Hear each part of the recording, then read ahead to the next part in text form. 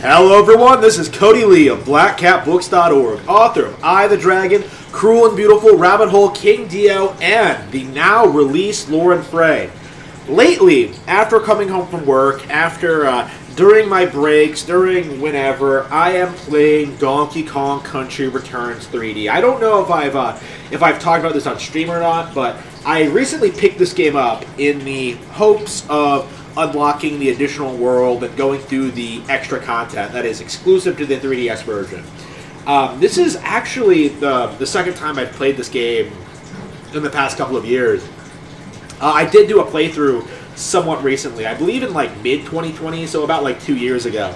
I went through the game. I loved it then, loved it now, but I am like playing through it again. And seeing some of the polls I've done with you guys, really thinking about this for a little bit, I think, in spite of how much I generally enjoy this game, how much I love every aspect of it, from its visual design to its controls to its soundtrack, I do think it is a weaker entry in the series. Now, I'm not saying it's bad, far from it actually. Like, several of these games are some of my all-time favorite platformers ever. I'm just saying that Returns, the original, doesn't nearly mesh up to the sequel Tropical Freeze or the first two iconic games, Donkey Kong Country 1 and Donkey Kong Country 2.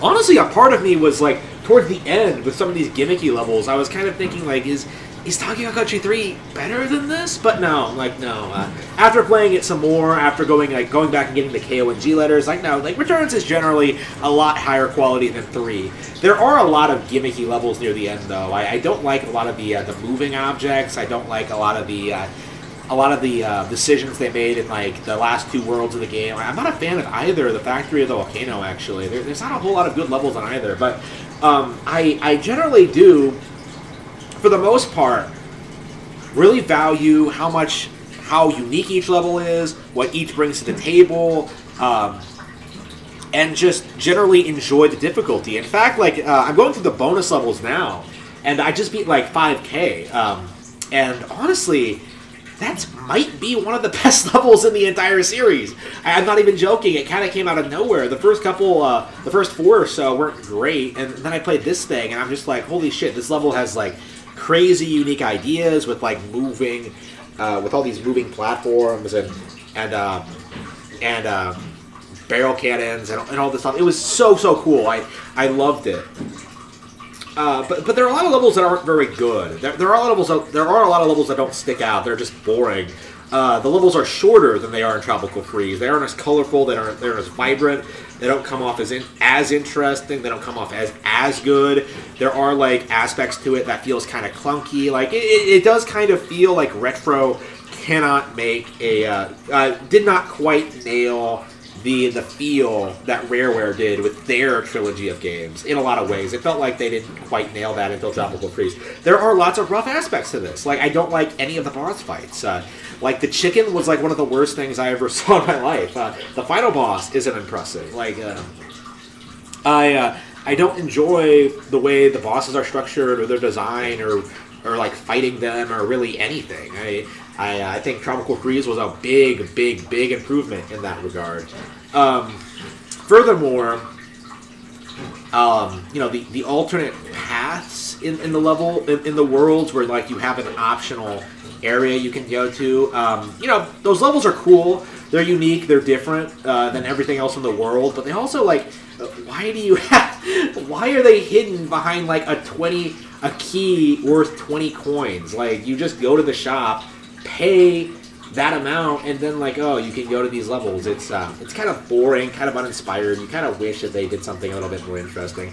There are a lot of moments like that where you feel like they could have done something a little bit more interesting. Now, a little bit. There are moments in this that I'm just kind of blown away by their creativity. Minecart levels, I think, are probably the best example of this, where you have situations where you're rolling around on an egg, and then the egg starts breaking, and then you have to jump inside, and then jump over these spikes. Crazy creative stuff, right?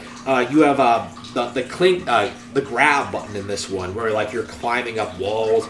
so intuitive, so fun. I remember doing it for the first time and just being like so impressed by it because it really felt like you were in a jungle, like doing like ape things, like swinging from vines. Like barrel cannons are better in this game than they ever have been before, I think. There are some like iffy aspects to the game, but all in all, I am having a phenomenal time returning to it. And in fact, I kind of regret not playing this game more back when it first came out. This is something I really should have talked about more back in the day, back in the Wii day. I actually don't think I really consider it one of my favorite Wii games because it's not something I went back to and played all that much. I remember thinking that when Tropical Freeze came out, was like, oh, I haven't played Returns at all. And this game kind of came out of nowhere. So, going back to Returns, yeah, there are some clunky aspects to it. There are some things I don't think are as good as the sequels or like earlier games, but all in all, like it has an interesting vibe. It's a great revival of an IP, of a series that had been dormant since the 90s. Like I thought it's probably one of the better revivals Nintendo's had, actually.